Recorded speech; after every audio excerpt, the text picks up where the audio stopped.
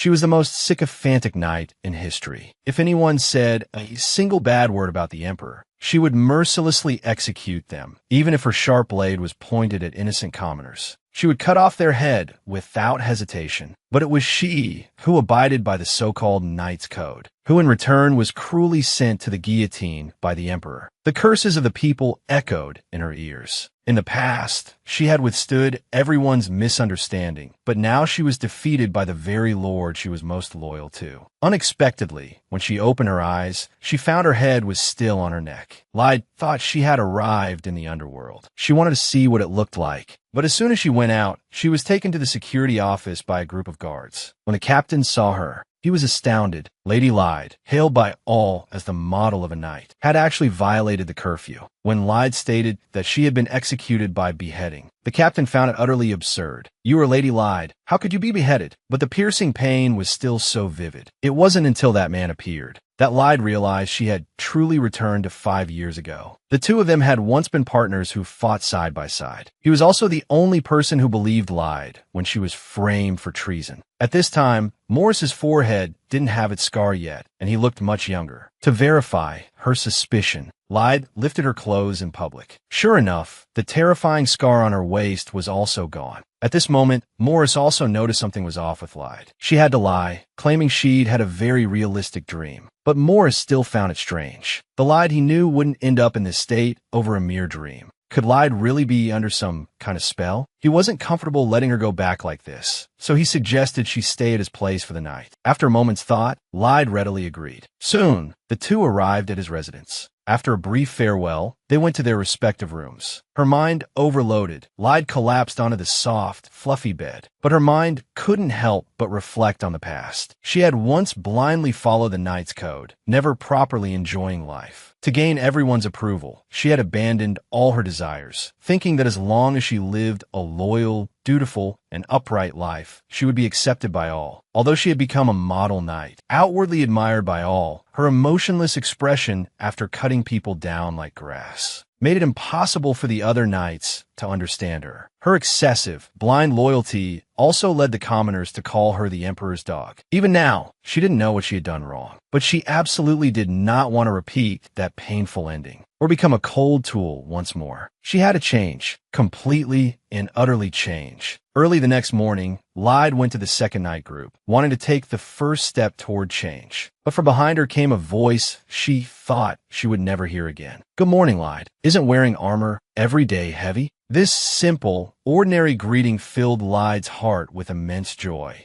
He was still that sunny and energetic young man. So this was what it felt like to see a deceased friend again. She tremblingly held Akelto's hand, savoring his warmth, until Akelto voiced his confusion. Only then did Lyde slowly let him go. But the words Lyde spoke the next second shocked Akelto so much he was petrified on the spot. The girl was a workaholic who had worked for 20 years without a single break. But now she was applying for 45 days of leave in one go. This gave her colleague quite a scare. Not only that, but Lyde also shed her usual icy demeanor and took the initiative to praise Akelto. "I'm so proud of you." Though it was a compliment, Akelto was so surprised his jaw almost dropped. Lyde smiled. In her past life, she had been very jealous of Akelto. They were both commoners, but only he was popular. For this reason, Lyde had even disliked him. But when Akelto passed away, she suddenly realized that apart from Akelto, no one else would ever strike up a conversation with her with such pure friendliness. This time, she just wanted to seize the opportunity to properly say thank you. Thank you for always taking the initiative and for your companionship. Her sincere words moved Akelto deeply. In truth, how could he not envy Lyde? He knew he was impetuous by nature and couldn't be as calm and restrained as Lyde. So he had always admired Lyde, this true paragon of knighthood. This was the first time Lyde had been sincerely praised, perhaps out of a mix of shyness and uncertainty. Lyde thanked Akelto and hurried away. But inside, her heart was already blooming with joy. She never expected that just by taking the first step to change, she would hear the words she had once longed for most. Not long after, Lyde returned home. The moment she sat on the bed, it made a creaking sound. Looking at the bare-walled decor and the empty wardrobe. It was a world of difference compared to Morse's home. She, who had been clueless about how to change, instantly had a plan. She immediately went to a real estate agency, wanting to buy a new, cozy house. The agent directly introduced her to a house with a courtyard. Although one could hold tea parties with friends in the courtyard, the house's price was also relatively expensive. Despite Lyde's usual frugality, it was beyond her budget. Seeing this, the agent introduced Lyde to a house in a good location with a large area, yet sold for half the price. It turned out to be a stigmatized property where a vicious crime had occurred, but the house itself seemed quite nice. However, just as she stepped inside, Lyde smelled a rotten stench. It turned out that blood had completely seeped into the floorboards. What was even stranger was that even though a murder had occurred, someone should have been sent to clean it up before it was put up for sale. Just as Lyde was feeling puzzled, a strange laughter came from behind her. A sinister aura washed over her. Only then did Lyde understand that evil spirits resided in the house. Evil spirits are spiritual energy born from people's negative emotions, so ordinary swordsmanship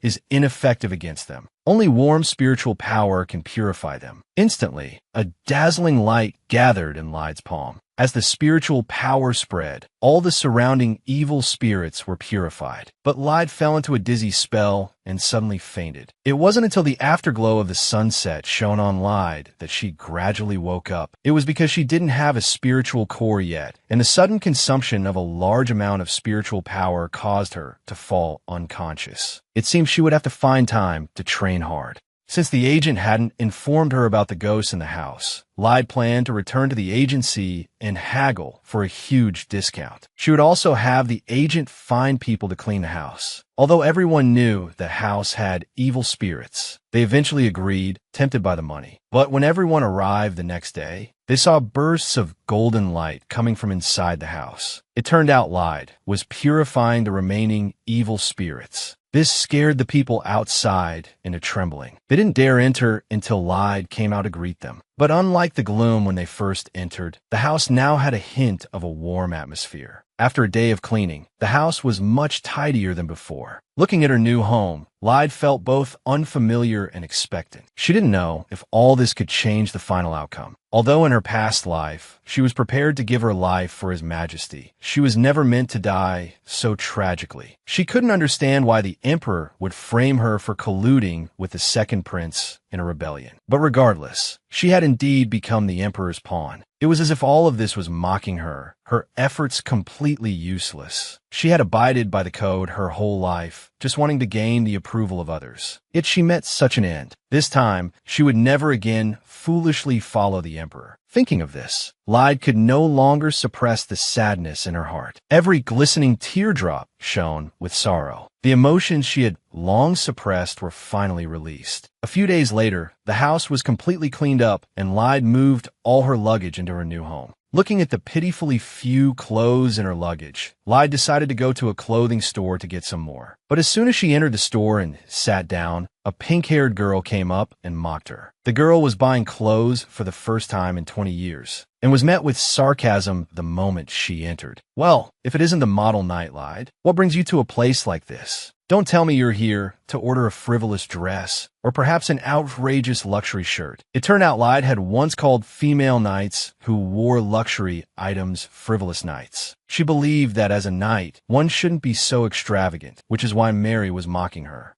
After all, she was now here to order one of those so-called outrageous luxury shirts. Lyde's double standard left Mary speechless. Why was it frivolous for others to wear luxurious clothes, yet she could now come to order them so righteously? Unexpectedly, Lyde stated that while she still believed knights shouldn't do so, it wasn't necessarily a bad thing. So she apologized to Mary for her past comments. Unfortunately, Mary just left her with a "you're so annoying" and turned to leave in a huff. Looking at herself in the beautiful clothes in the mirror, Lyde suddenly couldn't understand why she used to think that way. Everyone was just spending their own salary normally. Yet she had lectured them for no reason. Thinking back now, it was truly excessive. She would have to apologize properly when she got the chance. Afterward, Lyde wanted to take her horse home. After all, the stable in her courtyard was already built, so there was no need to leave it with a night order. But just as she arrived at the order stable, a stern question came from behind. "Who are you?" Why are you touching someone else's horse? It turned out Morris hadn't recognized Lyde in her new clothes and mistook her for a horse thief. This made Lyde feel self-conscious. Do I look that strange? However, she discovered that since changing her attire, everyone's attitude toward her had become much friendlier. Morris said this was normal. No one can see through another's true nature at a glance. People's first impressions are based on appearance and dress, so one's appearance is very important. After listening, Lyde just nodded silently. This, in turn, made Morris feel a bit uneasy. Shouldn't the usual Lyde have scolded him for judging by appearances? Why had she become so docile? Because I believe what you say is for my own good. It turned out that in her past life, to save the framed Lyde, Morris had even offered to help her break out of prison. That's why she believed Morris would never harm her. She would be sure to remember his advice. Afterward, Lyde invited Morris to a weekend tea party. Only then did he realize that Lyde had moved into a new house. Although it was hard to believe, he would certainly not miss such a rare invitation from Lyde. Akelto, arriving late, only saw Lyde's departing figure. As expected, he didn't recognize her either. Seeing this, Morris told Akelto to go with him on the weekend. This shocked him for a whole year. How could someone become so beautiful overnight? The two of them finally reached an absurd conclusion, and that was, Lyde had an incurable disease. Meanwhile, Lyde, who was cultivating her spiritual power, felt a sharp pain as a spiritual core formed in her chest. In her past life, she was called a genius for using spiritual power at 23. Now, she had formed a spiritual core at just 20 years old. But this left her a bit lost. Even if she wanted to change her life, she didn't want to give up her identity as a knight or her beloved swordsmanship. But at her current rate of growth, she would be noticed by the royal family sooner or later. Then she would have to get close to the lord who betrayed her again. Therefore, she could only keep a low profile. However, a few days later, Morris and Akelto arrived for the meeting with anxious hearts. This time, they were determined to find out what was going on with Lyde. The girl had only worn a new outfit, yet people thought she had an incurable disease simply because her personality had changed overnight. From a cold, arrogant knight, she had turned into a gentle fawn. Sure enough, the moment Akelto saw Lyde, he felt something was very wrong. Not only had her attire changed, but the once cold Lyde was even wearing a cute hair accessory. And although the house was large, there wasn't a single servant. Wouldn't doing housework be very tiring for Lyde? Even if she wasn't sick, she'd probably work herself sick. However, it wasn't that Lyde hadn't considered hiring a maid. It's just that maids usually require a noble's introduction. It's difficult for a commoner to hire someone trustworthy. So Morris immediately offered to recommend 2 people from his household.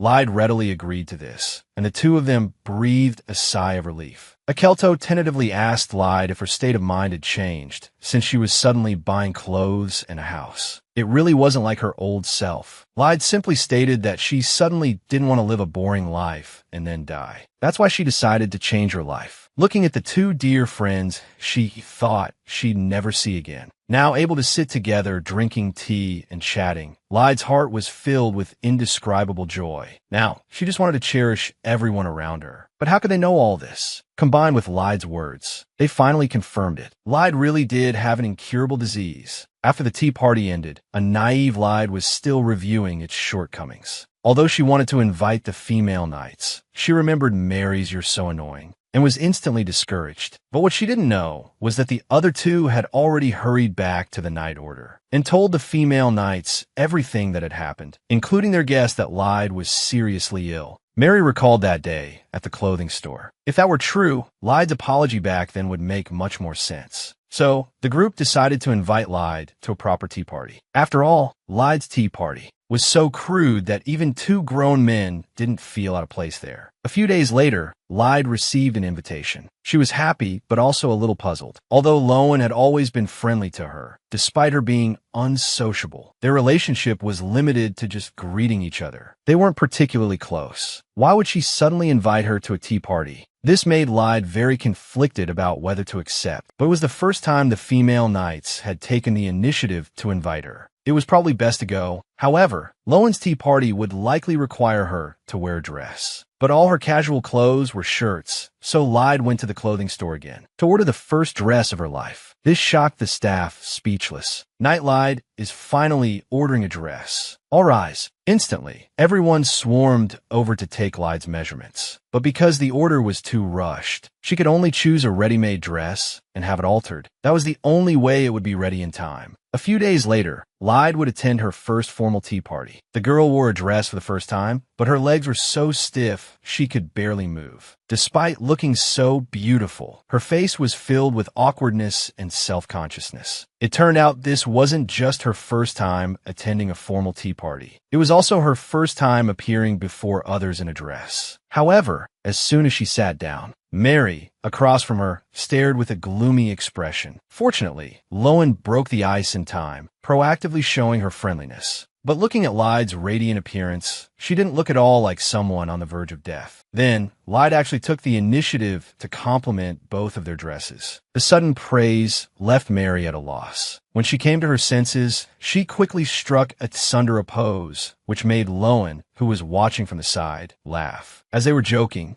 a maid brought out various pastries and tea. Looking at the desserts, which are like works of art, and a fragrant tea, Lyde realized this was what a real tea party was like. Then, Lowen brought up Lyde's new house. Such a large house must have been expensive, likely hard to afford on a night's salary alone. Unexpectedly, Lyde admitted without reservation that because a murder had occurred in the house, and it also had ghosts, the price was exceptionally cheap. This gave the two of them quite a scare. Lyde quickly explained that she had already cleared out the unclean things, so they didn't need to be afraid. In the ensuing chat, the two learned that Lyde had no plans to go out and have fun during her vacation. So they immediately suggested taking her to see an opera. Since you don't know how to have fun, let us show you. Lyde just quietly said thank you. Perhaps this was the perfect opportunity to formally apologize. She stood up and bowed to them. Regarding the insulting remarks I've made about you in the past, that I have reflected deeply on my actions, I now formally apologize to you. This left the two of them completely stunned. But Lowen didn't understand. Why had Lyde suddenly changed her mind? Because I was always living within a framework I set for myself. It was as if I was living without even knowing what I wanted. This made me reflect on things outside that framework and wonder what was so bad about them. The conclusion was that they aren't bad things at all. I was just shackled. That's why I wanted to apologize for my past remarks. After hearing this, Lowen just lowered her head and said, "How interesting." But this wasn't mockery, it was admiration.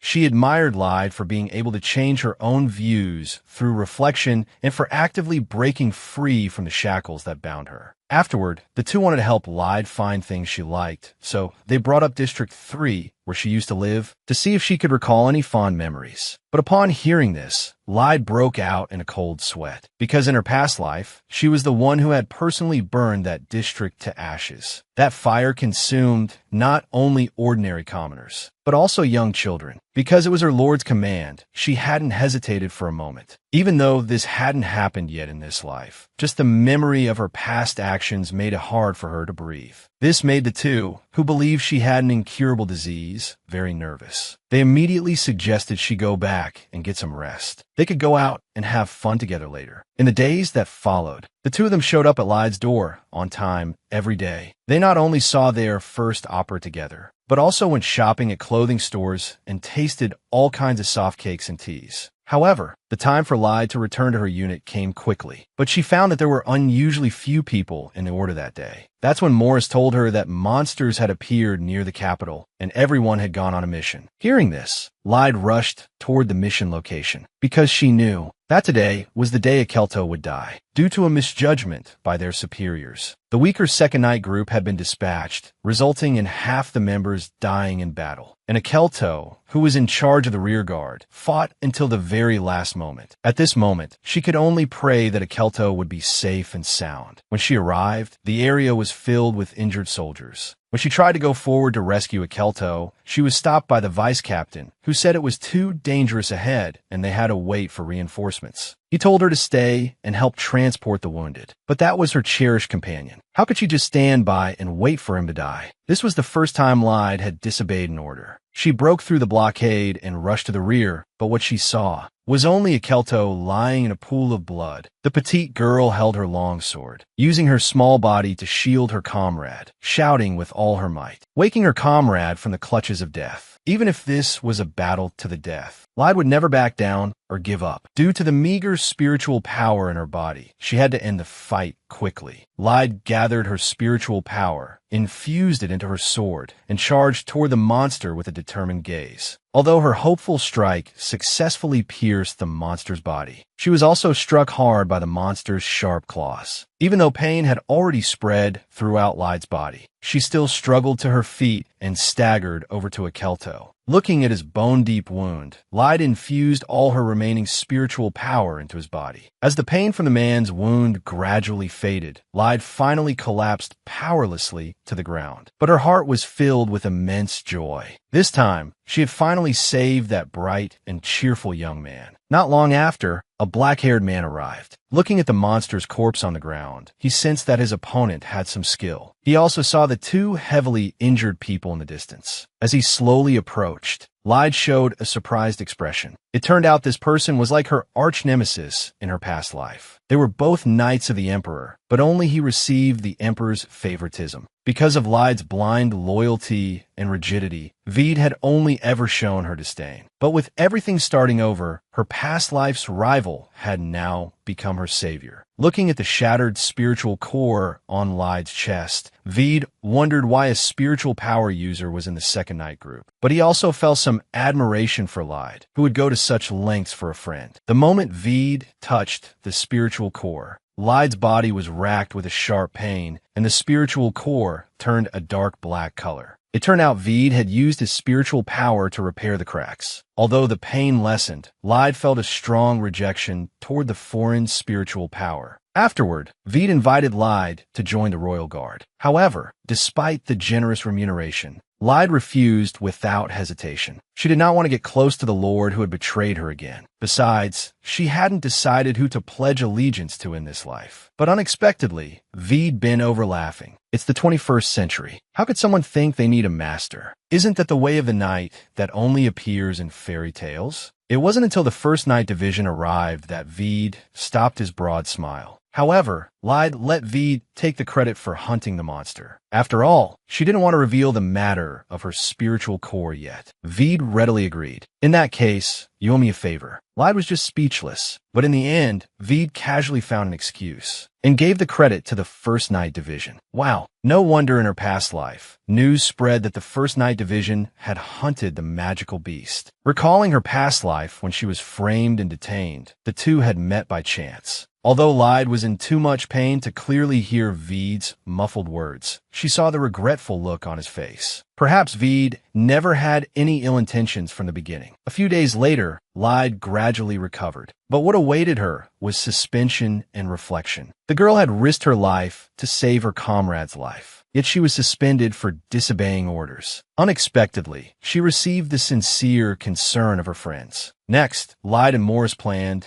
to visit the injured Akelto. They arrived at the commoner's district between the 2nd and 3rd districts. Only then did Lyde realize that the carefree knight who drank and made merry every day was actually burdened with the heavy responsibility of raising 4 younger siblings. And to avoid worrying his family, the now seriously injured Akelto could only choose to bury his pain deep inside. It turned out his cheerful and optimistic personality was the courage that allowed him to face his difficult life. If it weren't for her suspension, Lyde was afraid she would never have had the chance to understand Akelto's situation. This time, she wanted to do everything she could for her friend. But Akelto just thanked her for her kindness. After all, he thought Lyde's own situation wasn't good enough for her to be worrying about others. In reality, he was worried it would worsen Lyde's illness. Lyde was a bit confused. Her wounds would clearly heal faster than his, so she brought it up again. Anyway, my time is almost up. I'm willing to help you with anything I can. But these words made Morris unable to hold back. He loudly questioned why Lyde would say such things, why she always acted like she didn't want to live. Akelto chimed in from the side, telling Lyde to find the best healer who might be able to cure her illness. Illness? What illness? What are you two talking about? Don't hide it anymore. We all know you have an incurable disease. Instantly, Lyde's voice was loud enough to shake the roof, to prove her body was healthy. Lyde wished she could jump on the spot for 3 days and 3 nights. Only then was the misunderstanding between them completely cleared up. But Lyde hadn't expected such a rumor about herself. No wonder Mary's attitude had suddenly changed before. Thinking of this, Lyde became a little worried. She was worried that if the two of them knew the truth, their relationship, which had just improved, would break down again. Seeing this, the two beside her comforted Lyde, telling her not to worry. After all, they were the ones who spread the rumor. They would go and clarify the matter. Until night fell. It was time for Morris and Lyde to go back. However, a few days later, the Royal 1st Division received a note. When Veed saw it, he instantly started shaking with laughter. It turned out Lyde still remembered the 4 silver buttons he had broken, but he was also planning to visit Lyde anyway, because Lyde was the only woman to possess spiritual power. You should know that in Veed's division, besides the captain and him, there were only 6 spiritual power users and 4 other members. If a genius like her were snatched away by another division, he would probably be left crying without tears. It turned out the Royal Guard had a total of 8 squads, but there were different ranks among the divisions. The 1st Division was the direct unit stationed by the Emperor's side, possessing the highest authority and the strongest power. In emergencies, they also had the authority to issue orders to other divisions. Because of this, the 1st Division's relationship with the other divisions was not good. This was also the reason why Veed couldn't let go of any spiritual power user. So, on the 2nd day, Veed immediately found his way to Lyde's doorstep. In their past life, they had a love-hate relationship. But in this life, she unexpectedly attracted her nemesis who pestered her relentlessly. In order to recruit Lyde into the Royal Guard, Veed found her home the very next day, but his so-called witty greeting only earned Lyde's disgust. Veed's heterochromatic eyes could easily see the flow of spiritual power. Yet he still asked her if the spiritual core was her own color, seeing Lyde's expression telling him to leave. He had to quickly get to the point. If Lyde wanted to find a master to pledge allegiance to, the Royal Guard, located in the 1st District of the Imperial Palace, was undoubtedly the best choice. Although Veed was right, the core figures with status were all gathered in the center of the palace. And Lyde, who previously belonged to the 2nd Night Group, could only enter the 2nd area of the palace. Although she had already changed to Kelto's death, the future was full of variables. The more information she had, the better. Joining the Royal Guard was indeed more advantageous for her. But to walk the path of her past life again, she wasn't ready. Veed also understood her meaning. He got up to leave. Anyway, he didn't expect to persuade Lyde in one go. But Lyde didn't expect Veed to invite her again and again. In her past life, she belonged to the 6th Royal Guard, and she hadn't earned Veed's appreciation, even when she followed the Emperor's order to burn down the slums. Veed had even drawn his sword, wanting to kill her. Lyde had always had doubts in her heart. Why was she reborn? And was her current path the right one? For this reason, it was time for her to seek answers. Soon after, Lyde arrived at a village, wanted to find the magician from the address. But she encountered a girl surrounded by several men. When Lyde went forward to ask, the other party claimed the girl had refused the Count's summons. Now, they were just following orders and told Lyde not to meddle. But Lyde stated that this was not the Count's territory, so the Count had no right to take coercive measures. The Count, in the distance, saw his men were taking too long and came over to hurry them. Seeing this, Lyde revealed her identity and asked the Count to have his men stand down. But how could the Count be afraid of an ordinary knight? He immediately ordered his men to attack Lyde fiercely. But in the next second, Lyde took them all down. Then the guards arrived on the scene. Faced with Lyde's accusation of Count All's arrogant behavior, the guards could only meekly ask the Count to return. Afterward, Lyde took the girl home. On the way, she asked if she knew someone named Kana. It turned out this person was the girl's older brother. When the girl knocked on the door, Kana rushed out anxiously from inside. Trembling, he hugged his sister tightly, until his sister reminded him. Only then did Kana notice Lyde at the side. After Lyde introduced herself, she asked the man if he was Lord Kana. The man was a little surprised. "I am Kana, but I'm no great figure. Aren't you Mr. Kana the magician?" As soon as these words were spoken, the man's face immediately darkened. He directly shut the door on Lyde. Just as Lyde was feeling puzzled, several guards ran up from behind and stopped her. "You are suspected of violent threats. We are formally arresting you." The knight saved the girl from the Count's hands, but ended up being detained for the crime of violent threats. But faced with the siege of several people, Lyde was only exercising her legitimate rights as a knight. But the Count insisted that Lyde had struck first and called a so-called eyewitness. This reminded Lyde of the girl she had saved. She immediately requested the chief guard to bring the girl to be her witness. But the returning guard informed her that the address Lyde gave was empty, and the villagers also said that the people from that house had disappeared a day ago. But Lyde had clearly been chatting with the girl just a moment ago. At this time, Morris, who had received the news, also rushed to the guard station. Next, the Count's witness began his testimony. He claimed that he was hoeing the fields nearby at the time. He looked up when he heard a commotion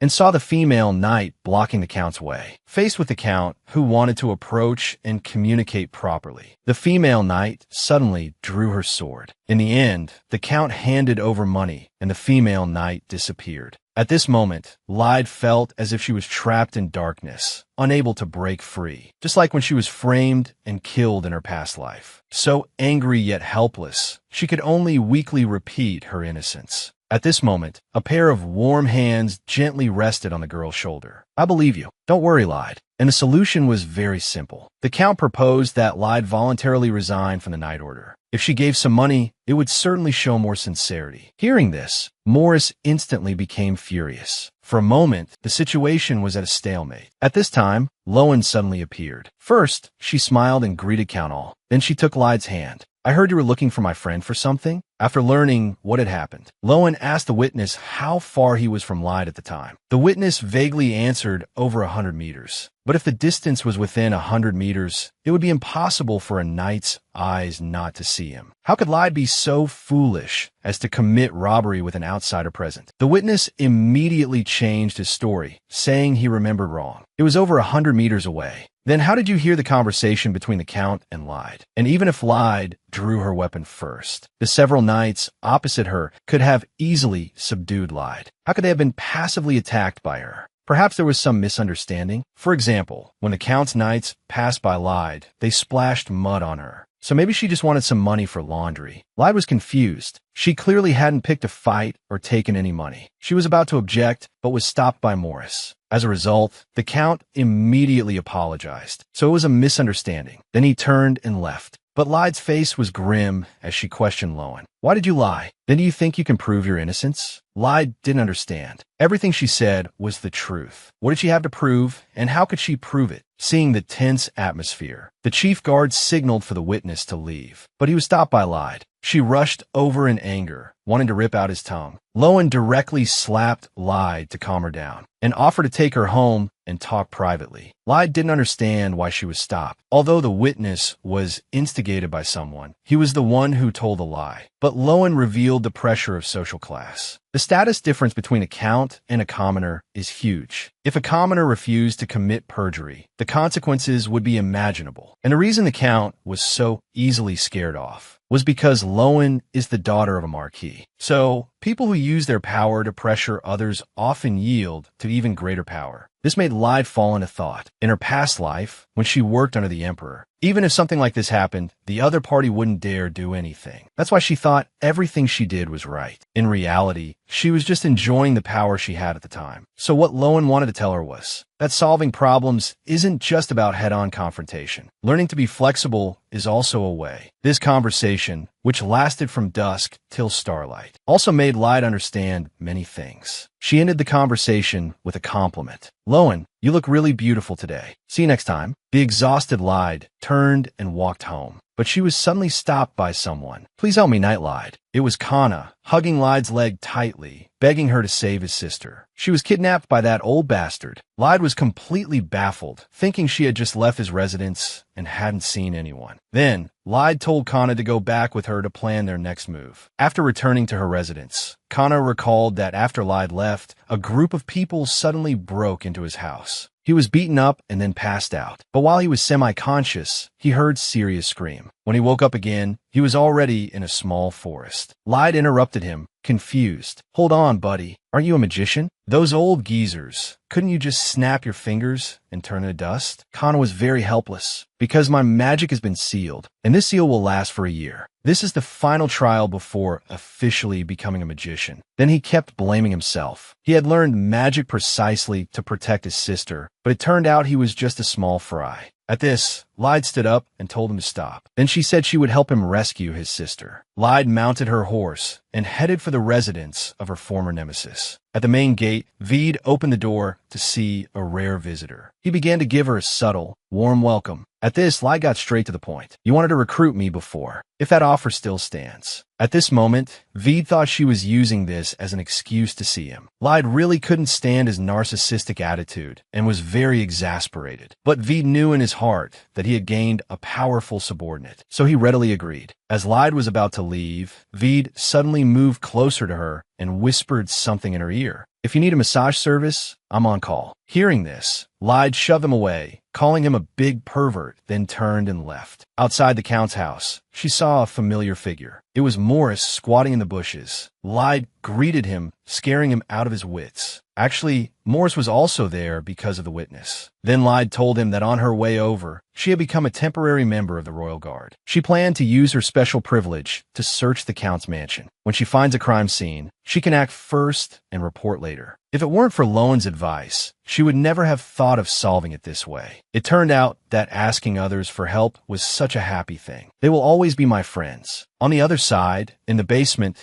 the Count was preparing to show some care for Syria. With a crash, Lyde descended from above. She cleanly and efficiently took care of the Count. Before Syria could recover, Lyde explained that the situation was a bit complicated. If she took her to escape now, they might be framed for murder. So she told Syria to pretend to cry for help while escaping. Someone was waiting outside to help. She herself would slip out through another exit. As expected, the plan worked. Morris took Syria away amidst the chaos. Soon, the news of the Count kidnapping a commoner spread like wildfire among the nobility, and everyone outside knew that the one who saved the commoner was Morris. Akelto, at his side, teased him that he had become a big star. But Morris knew very well that this was all Lyde's doing. If she really went to the Royal Guard, he would feel very regretful. Meanwhile, Kana expressed his deep gratitude and apologized for refusing to see Lyde earlier. Because people who usually want to see a magician have impure motives, so he tended to be more cautious. Actually, Lyde was looking for him to ask about time reversal magic. She thought she might have been affected by it. At this, Kana pondered for a long time. He believed that such magic did not exist, because magic is not omnipotent. But there was another possibility. Lyde had experienced dimensional travel. Every choice creates countless nows. Lyde, listening at the side, felt like she was listening to gibberish. After this output of knowledge, Kana prepared to leave. Before going, he asked Lyde to let his sister stay here temporarily. And Lyde was just worrying about being too bored alone, so she also invited Kana to move in. This gesture was completely unexpected by Kana. Lyde had acted righteously without asking for a reward, and now she was even giving him and his sister charity. At this moment, he just wanted to entrust everything to Lyde. With things having come to this, Lyde nervously said to Kana, "Please be my friend." At this, Kana grabbed her hand, thinking to himself that he not only wanted to be her friend, but also have her babies. At this moment, the word friend took on a greater meaning in Lyde's heart. At a tea party a few days later, everyone was curious how Lyde knew about the Royal Guard's right of immediate punishment. Because before this clause was abolished, its predecessor was the Act Schweitzer, a group collectively known as the Eight Swords. They were the 8 warriors of the Empire's founder, Bahamut, and represented military force and power. After consolidating the Empire's foundation, the Act Schweitzer became the Emperor's subordinates. From then on, they were renamed the Royal Guard. They also inherited most of the power, and Lyde stated that as a knight, one must know all the powers one possesses. At this, everyone tried to persuade Lyde. It's hard to find a partner if you join the Royal Guard. Actually, Lyde had no intention of getting married. At some point, Mary became interested in these things and started asking Lyde about Vede. This standard rich and powerful second-generation heir was born winning at the starting line and also has the air of a domineering CEO. He could be called the dream of thousands of young girls. But what everyone never expected was that the first time they met, he, who looks deceptively gentle, openly sexually harassed Lyde. Mary instantly saw red. She didn't expect the man she was interested in to be such a person, and that pervert would also be at the ball next week. At this, Mary made a fierce declaration. If that guy acts so unrestrained again, she won't show any mercy. But Lyde wears this one formal uniform 7 days a week. The girls couldn't possibly attend the ball with her like that. And when she heard the price of a new dress, Lyde was floored. This was simply not something a working working person could afford. Returning home, memories of her past life suddenly flooded back. Lyde remembered what would happen the day after tomorrow. The crown prince and crown princess would be attacked by unknown assailants. Vede and the crown prince would be seriously injured, and the crown princess would die. People would blame the captain of the royal guard for his negligence, until he was finally dismissed. Lyde secretly resolved to repay her debt to Vede. At the same time, she had to stop the incident from happening and return the position, because her heart was still with the Second Night group. Before the incident, the crown prince was to have a secret meeting with Picha, the head of the Nobles Alliance. It was the crown princess who, in order to maintain peaceful and friendly relations, wrote directly to the wives of the Western nobles, which led to this meeting. The so-called Western Nobles Alliance had made great sacrifices during the Empire's campaign against the barbarians. Later, to maintain peace with the barbarians, they engaged in political marriages. Because the blood of barbarians flowed in the veins of the Western nobles, the Central nobles ostracized and despised them. Since then, the Western nobles united and formed an alliance. And this time, the crown prince wanted to show them his sincerity. The long-standing discord with the Western Nobles Alliance should also end. At this time, Vede, who was escorting them, saw the meeting point in the distance and decided to scout ahead alone. Halfway there, Vede heard a hissing sound from behind. Looking back, a huge magical beast appeared before the procession. The beast lashed out. A horse went into its mouth. Vede dashed forward and cut off one of the beast's arms. But just then, another magical beast appeared in front of the crown prince's carriage, opening its massive jaws. Vede, hearing the shouts from afar, was completely stunned. He was outnumbered and couldn't get away at all.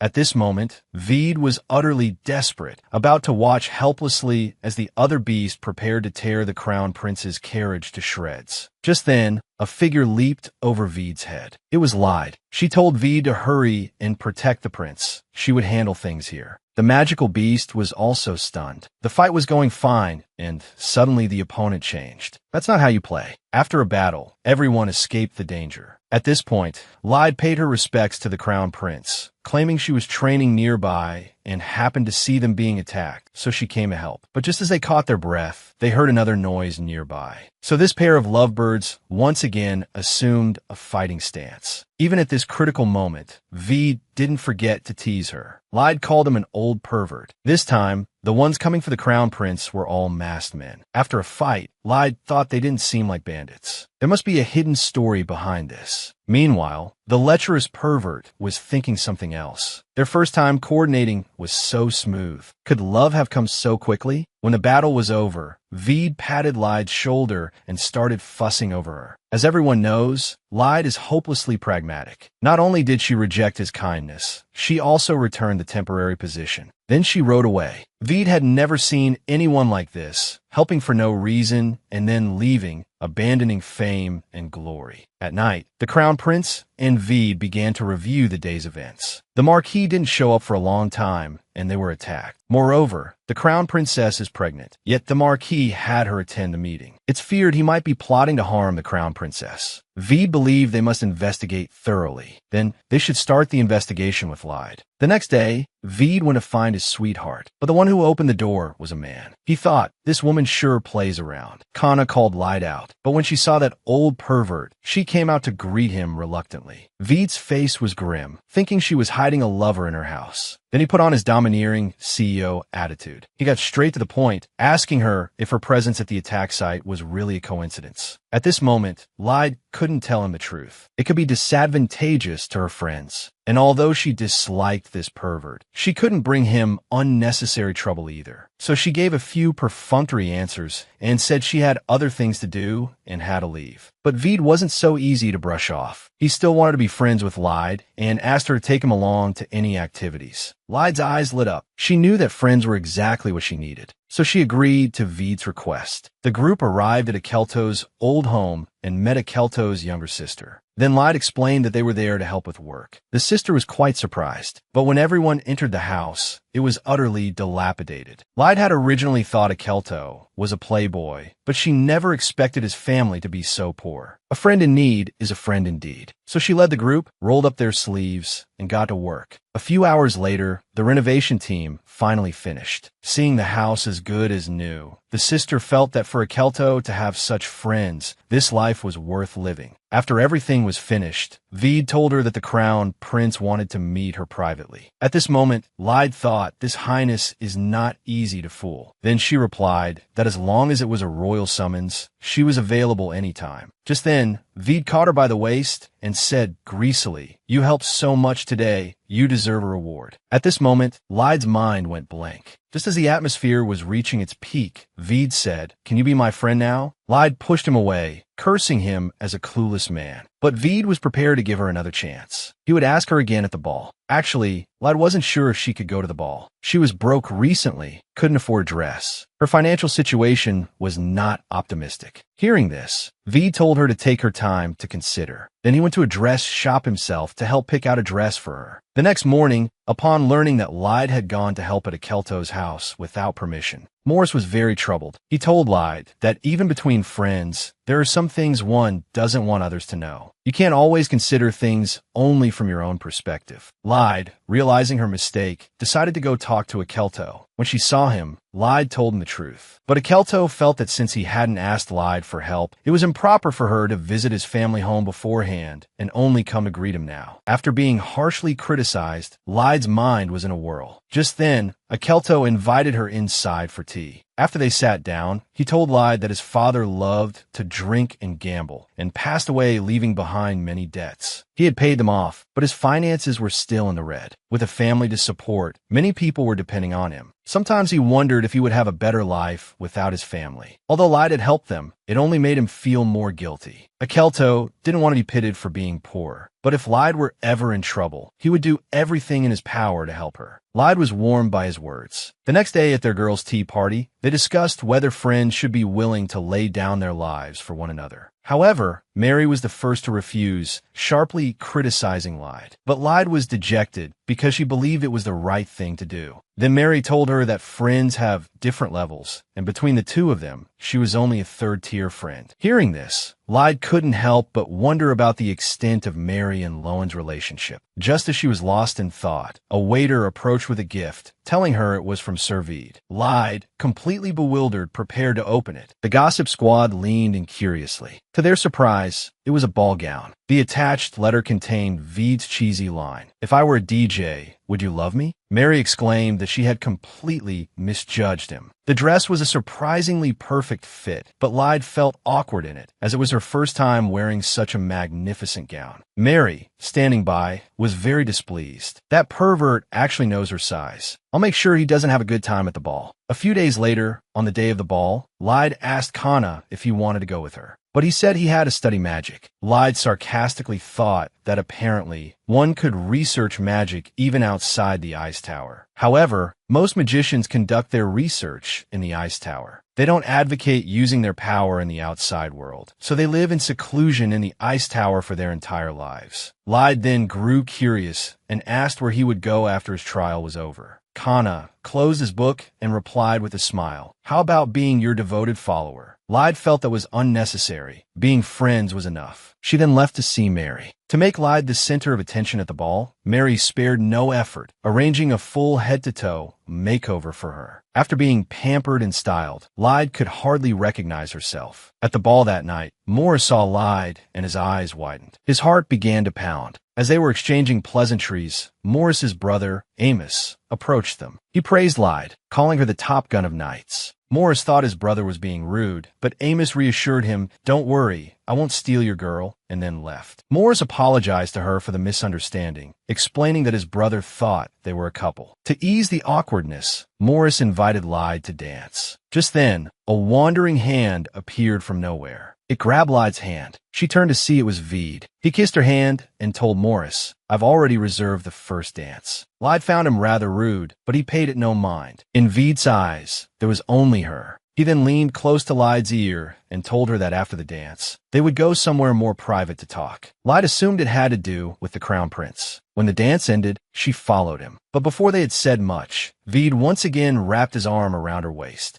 With a loud smack, Lyde slapped him across the face, telling him, "You can say what you want, but don't touch me." Veed was surprised that his charms had no effect on her. He then told her to report to the palace the next morning. After settling the official business, he questioned Lyde again. "Isn't it time you gave me an answer?" Lyde thought that if she just refused him, everything would be fine. Unexpectedly, Veed's shamelessness was truly unparalleled. He immediately said, "I don't care what you think, I care what I think." Lyde couldn't outlast him and finally accepted Veed as a friend. Afterwards, she found her friends, only to be hit with a shocking piece of news. Lowen had a fiancé. But before she could get all the gossip, Lyde told them about how Veed had held her and gotten slapped for it that night. Everyone was shocked. Then, Mary quietly gave her a piece of advice. Meanwhile, Veed left the ball. Unlike his usual self, he was melancholic tonight, feeling wrong for being slapped out of the blue. Just then, a voice called out to him. He saw Lyde running over anxiously and grabbing his hand. Could this be love? Lyde apologized for her earlier extreme reaction. To deal with someone like him, there was a secret weapon, the carrot and stick approach. This was what her good friend Mary had told her. Lyde then added that he should also watch his words and actions in the future. Before she could finish, Veed started to get handsy. He began whispering a series of cheesy, sweet nothings to her. Lyde's mind was racing, and she didn't know how to respond. Then Veed switched to professional flattery, praising her swordsmanship as second to none. Sure enough, the romantically oblivious Lyde fell for it, a reaction Veed duly noted. On the way back, he kept replaying what had just happened. He realized that Lyde responded more to praise for her skills than for her appearance. The next day, at the appointed time, the crown prince had already been waiting for some time. After a brief exchange of formalities, the crown prince first thanked Lyde, then admitted that he had previously harbored suspicions about her. Lyde immediately defended herself, professing her unwavering loyalty to the royal family, with absolutely no ulterior motives. Seeing her sincerity, the crown prince wanted her to serve him. But Lyde, knowing full well the consequences of serving the emperor from her past life, refused him. The crown prince, who had never faced such a situation, suspected she was loyal to the emperor. Lyde fearfully denied it at once. But the crown prince was not so petty. She was his savior, after all. So, he gifted his most precious sword to Lyde and then dismissed her. After she left, Veed was puzzled by the crown prince's actions. What was the meaning behind gifting his most precious sword, one that even Veed himself didn't possess? The crown prince thought him still too naive. Giving that sword to Lyde was tantamount to telling everyone she was one of his people. Veed realized this meant using Lyde as bait. The crown prince didn't deny it, telling him that as a man who would be emperor, he had to make the best use of his assets to maximize the benefits. Lyde is a very capable knight. She will eventually catch someone's eye. I just hope she doesn't end up as an enemy. Veed understood his meaning and turned to leave. Later, when he met Lyde, she returned the sword to him. He angrily called her a fool for playing hard to get with the crown prince, saying no one would recognize the sacrifice she was making. Lyde tearfully replied that she also wanted recognition, but striving just for approval wasn't the way of a knight. As they were talking, the emperor happened to pass by. He noticed the newcomer beside Veed and inquired about her identity. Lyde, standing nearby, was too nervous to speak. The man she had once sworn to give her life to serve was right in front of her. Seeing her delayed response, Veed stepped in to help her. The emperor didn't press the matter and left, leaving Lyde standing there, stunned and motionless. Veed had to call her name several times before she snapped out of it. Lyde ran home in a panic. The moment she saw Kana, she threw herself into his arms. A bewildered Kana held her tightly as she trembled in panic. After she calmed down, Lyde told him how she used to be willing to sacrifice herself selflessly for a cause. It wasn't until she met the person who led her to her death that she learned to cherish her own life. Now, with good friends by her side, she was no longer all alone. Kana thought this realization was good, telling her she must never take her life lightly, because there are people who care. He then added that once he became a magician, he would be her devoted follower for life. His words were a wake-up call for Lyde. She used to believe that only by gaining the approval of the royal family, that could her existence as a knight have meaning. But now,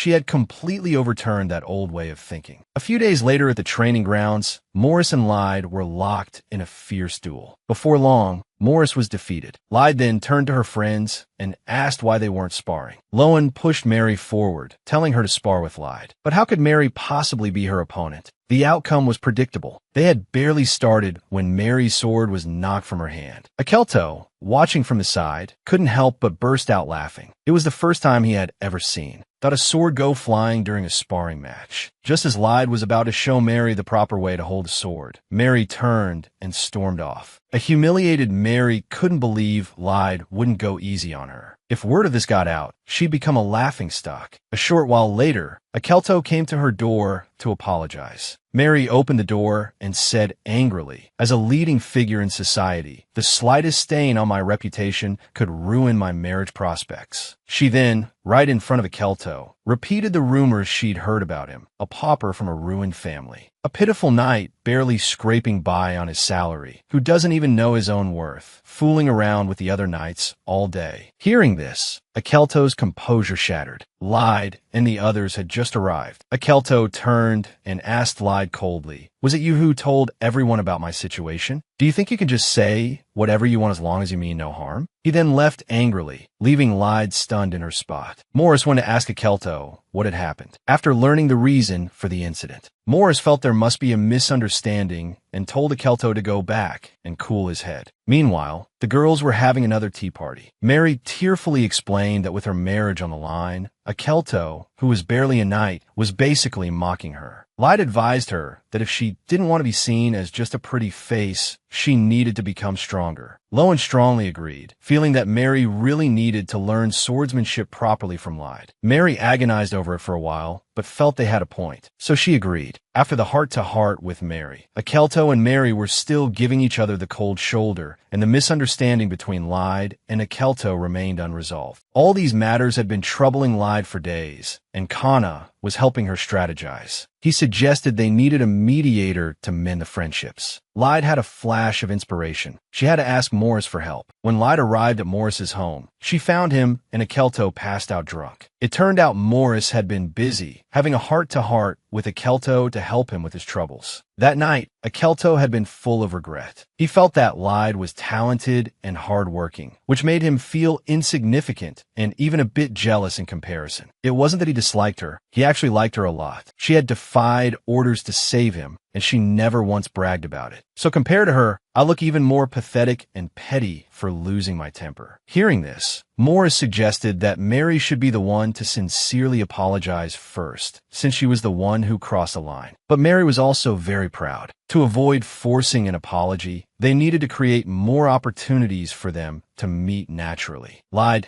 then had an idea. She would start a swordsmanship tutoring class and ask Morris to join. That way, Akelto would surely come too. Besides, Mary had already agreed to learn from her. Lyde thought this would help improve everyone's relationships. Morris smiled in relief, thinking she had really matured and seemed like a different person. Lyde then said she needed to go to a shop and that they could discuss the date later. In a weapons shop, Lyde was struggling to decide which new sword to buy because she had accidentally broken her old one while using her aura. Looking at her empty wallet, Lyde regretted giving Veed's sword back. She couldn't afford a decent sword. As she mulled it over, she had a sudden idea, the dress from Veed. A moment later, she decided to pawn the dress, but ran into Veed right at the pawn shop's entrance. After exchanging some pleasantries, Veed sensed something was amiss, his eyes falling on the dress in Lyde's hands, in the pawn shop behind her. But he wasn't about to blame her. Instead, it confirmed his earlier theory. She preferred praise for her swordsmanship over her appearance. So young Master Veed paid for everything that day. Lyde was thrilled with her new sword and expressed her gratitude to him. Veed, in turn, told her the doors of the Royal Guard were always open to her. But Lyde, who now had close friends and no longer needed others' approval, said she would think about it. Veed then insisted that her new sword had to be tested, so the two of them went to his training ground. They fenced furiously, the spark of their rivalry igniting once more. Lyde found an opening and pointed her sword at Veed's neck, stopping there. She had actually won the duel against the Sir. Before she could react, a kick sent her to the ground. Lyde was confused. Isn't this a sword duel? Why the kicking? Veed just shrugged and said, this is practical combat training. But Lyde was fired up now. She used her aura and launched a fierce assault on Veed. After she finally won, Veed grabbed her arm and said with concern, even with aura protecting you, that you can't block with your arm. But the oblivious Lyde knew nothing of this. She had only been focused on defeating Veed. He scolded Lyde, you need to learn to put yourself in other people's shoes. This immediately struck a chord with her. Veed then suggested they continue sparring. After what felt like a long time, they finally finished. Through their duel, Veed realized Lyde knew his habits. He was very surprised, wondering if she secretly had a crush on him. Lyde just gave a vague excuse and said she was going to take a shower. Leaving Veed alone, he began to suspect that Lyde might have ties to the Emperor or some other power. When Lyde appeared again, she was wearing the dress Veed had given her. Their eyes met as they prepared to dine. Lyde had never imagined the two of them would become friends. In the past, the Emperor had always given the most difficult missions only to Veed. Out of jealousy, she had argued with him every day. But during one mission, she helped him, something that even Veed couldn't believe at the time. After dinner, Veed escorted her home. He still very much wanted Lyde to work under him, so he could protect her. He then told Lyde he was already looking forward to their next meeting.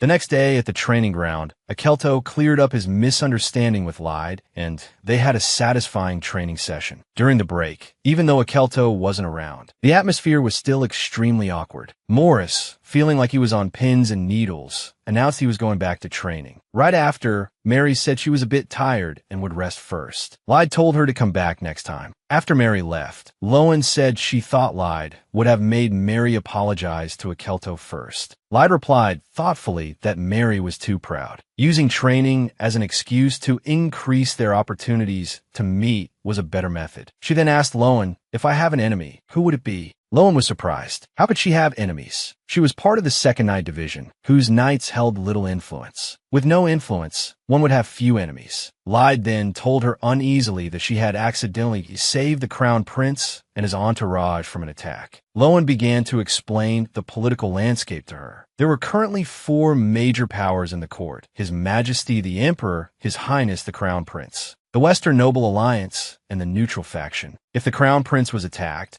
there were only 2 possible culprits: the Western Noble Alliance or the Emperor himself. If Lyde sided with the Crown Prince, she would undoubtedly make enemies of the other 2 powers. Lyde was confused. The Emperor has no reason to harm the Crown Prince, does he? Lowen shook her head and sighed. The Emperor had already caused the deaths of the Crown Prince's older brother and the Empress. Power is a terrifying thing. Even on the throne, he still wants to harm. But his own son and wife. Lyde then asked, so which faction are you? Lowen explained that her family belonged to the neutral faction. They don't simply serve the royal family. We must decide which power to support based on our own convictions. Serving a lord is a personal choice, but your ultimate loyalty should be to yourself. If you serve the royal family, you'll eventually have to choose between the Crown Prince and the Emperor. Lyde's mind was in turmoil. As dusk approached, she decided to go visit Mary. She found Mary worrying by herself. The moment Mary saw Lyde, she couldn't hold back her feelings anymore. She'd been miserable all day because of Akelto. Seeing that Mary was ready to talk, Lyde was more than willing to help her. But Mary worried that Akelto would never forgive her. She then began to pour her heart out to Lyde, admitting she desperately wanted to be seen as different, as someone special. Lyde comforted her, saying that she used to care too much about others' opinions as well, and had only recently realized one shouldn't live for others. Mary's expression cleared instantly, and she decided to apologize to Akelto at the next training session. The next day, Mary showed up with her hair tied up, looking like a completely different person, which impressed everyone. Morris glanced at Akelto. It seemed he hadn't readily accepted Mary's apology. But Lyde noticed Mary wasn't dejected today, because she had vowed to keep apologizing to Akelto until he accepted. The next day at home, Syria, who had been developing new recipes, invited Lyde for a taste test. Looking at the table laden with delicacies, Lyde's mouth watered. After tasting them, she was full of praise. Syria, seeing Lyde's satisfaction, told her she wanted to become a chef. After the meal, Lyde took Syria's words to heart. Back in her study, Lyde made a list of memories from her past life. She couldn't remember what happened after the magical beast appeared in Dudine and the alert was issued. Skipping past that, she recalled and wrote down Morris quitting the Night Division, her aura core being discovered, and her selection for the 6th Royal Guard. Kana was appointed as the court magician, and the Emperor appointed her as his personal knight. This was followed by the Western Noble Alliance's rebellion, the demolition of the slums, and the death of the Crown Prince. The crime she was framed for in her past life was treason, for colluding with the 3rd Prince to assassinate the Crown Prince. To this day, she still doesn't know who the real culprit was. But this time, Lyde would not be the scapegoat again. The people around her had changed dramatically from before. In this life, she had to defy fate. At that moment, Lyde felt a strong urge to see the overbearing CEO, and for some reason, she found herself at Veid's house, where she froze in shock. Who could possibly resist such a temptation? When Veid saw his rare guest, he eagerly pulled Lyde in for afternoon tea. He was ecstatic to learn she was joining the Royal Guard. It was like they were 3 players waiting for a 4th. Lyde then told him that to avoid being mistaken for the Crown Prince's confidant, she didn't need Veid's protection. Veid just shrugged, saying that not everyone in the 1st Royal Guard was the Crown Prince's confidant. I only agree with some of the Crown Prince's ideas and thoughts. I just personally leaned toward his side. He then told Lyde that she didn't necessarily have to choose a lord to serve. Hearing this, Lyde was instantly enlightened and felt she had learned a great deal. At dusk, on her way home, she bought a cookbook for Syria, a gesture that moved Syria to tears. Meanwhile, at the training grounds, Akelto was learning a lot from Lyde. With a bit more effort, he could reach a new level and become terrifyingly strong. He asked Lyde how she had trained to become so skilled with the sword. Lyde explained that she had no other choice and not much talent, so she relied on relentless practice to get where she is today. She then asked how things were progressing between him and Mary. Akelto looked ashamed, saying he was trying to improve their relationship. After some time, at the end of training, everyone could see, but that their relationship was gradually on the mend, much to everyone's relief. Lyde then asked to speak with Morris alone. As they walked aside, Morris felt she was acting strangely today. What happened next made him blush instantly. Lyde unbuttoned her shirt right in front of him. The innocent man had never witnessed such a scene and quickly backed away. Lyde quickly explained and showed him her aura core. Morris was stunned, thinking to himself that she had hidden her abilities well. Lyde then explained that she had been scouted by the Royal Guard. Before leaving, she wanted to tell everyone she was an aura user, but he was the first person she wanted to tell. Morris was deeply moved. He congratulated her on the promotion. Lyde then said that he could also be promoted and didn't need to hide his own strength. Morris sighed. He didn't like competition, but people always treated him as a rival, which led to conflict. Lyde knew at once he was talking about the conflict with his brother. After pouring his heart out, Morris urged Lyde to share the good news with everyone. Where friends learned Lyde had an aura core, they were all shocked. Mary declared that joining the strongest Night Division made her a true heroine, but Lowen immediately corrected her. In terms of the strongest knights, the Western Noble Alliance was second to none. The western border of the Empire saw frequent wars with barbarians and magical beasts, making the Western Knights experienced and skilled in actual combat. So the central government believed that they possessed a formidable military force and was very wary of them. The name of the West's strongest knight was a household name even in the capital. Meanwhile, the Western chieftain, Pai Sha, was surprised that the Crown Prince was still trying to contact them. He had assumed the last trap was set by the royal family, who knew in advance about the magical beasts at the secret location and therefore didn't show up. What he couldn't figure out was who had sent the letter warning him about the beasts. Even after that incident, the Crown Prince was still trying to reach out. Would an alliance truly benefit the West? He was deeply conflicted. He couldn't rashly oppose the Emperor, as the West still needed central support. Caught between the Emperor and the Crown Prince, Pai Sha decided to let time decide and prepared to return to the West for now. When the Crown Prince learned a Western chieftain intended to return to the West, he was furious. He believed the old man's refusal to meet him was a clear sign of guilt. The Crown Prince had originally planned that to support the West, which was disdained by the central government, and thereby gain the military backing of the Western Noble Alliance. But the magical beast incident had eroded their mutual trust. The Crown Prince raged. If that old man dares to harm Ariel, I'll kill him with my own hands. Veid felt helpless. If the old man returned to the West, they would have to wait until the New Year celebration next year to to approach him again. Their plotting was interrupted by a knock. It was the third prince, Rudinal, who entered. Seeing him, the crown prince relaxed his guard. He was quite fond of his younger brother, perhaps because of their significant age difference. There were 3 princes in the royal family. The sons of the late former empress were Serioses and Rudinal. Unfortunately, their mother had passed away. In a royal court full of enemies, it was not strange for the crown prince to keep Rudinal by his side. Their common enemy was their father. Meanwhile, back with Lyde, Syria had been diligently practicing and researching desserts to showcase her skills at the next tea party. Kana was happy to see his sister doing so well. Lyde then told Kana the news of her promotion. After congratulating her, he announced that he was also preparing to leave. Lyde was a little disheartened to hear this. Kana comforted her, saying that by the time she became a famous knight, he would be a famous magician, and they could celebrate together. Counselor Lyde, having just finished with Kana, immediately moved on to Morris. She found Morris revealing that he'd had an unhappy childhood. Outsiders always compared him to his brother. Only a year apart in age, his brother's slower learning pace was all the more obvious. His father, who once had high hopes for his older brother, was now repeatedly disappointed and openly cold toward him. This led his brother to hate him, which is why Morris left home to become a low-ranking knight. Out on his own, Morris learned to restrain himself and hide his true abilities. Hearing this, Lyde comforted him, telling him not to blame himself for other people's problems. Receiving this validation from his goddess, Morris blushed. Lyde then invited him to the tea party as well. Morris was dumbfounded, thinking, "Isn't that just for women? Are you treating me like one of the girls?" He promptly refused. At the tea party, the girls tasted the desserts and were full of praise. They then remarked that once Lyde joined the royal guard, she wouldn't have this kind of leisure time anymore. Mary stood up and declared that no matter how busy they got, they must never skip their tea parties. Good friends have to see each other often. Everyone laughed in agreement. Time flew by, and autumn arrived, which was when Kana had to leave.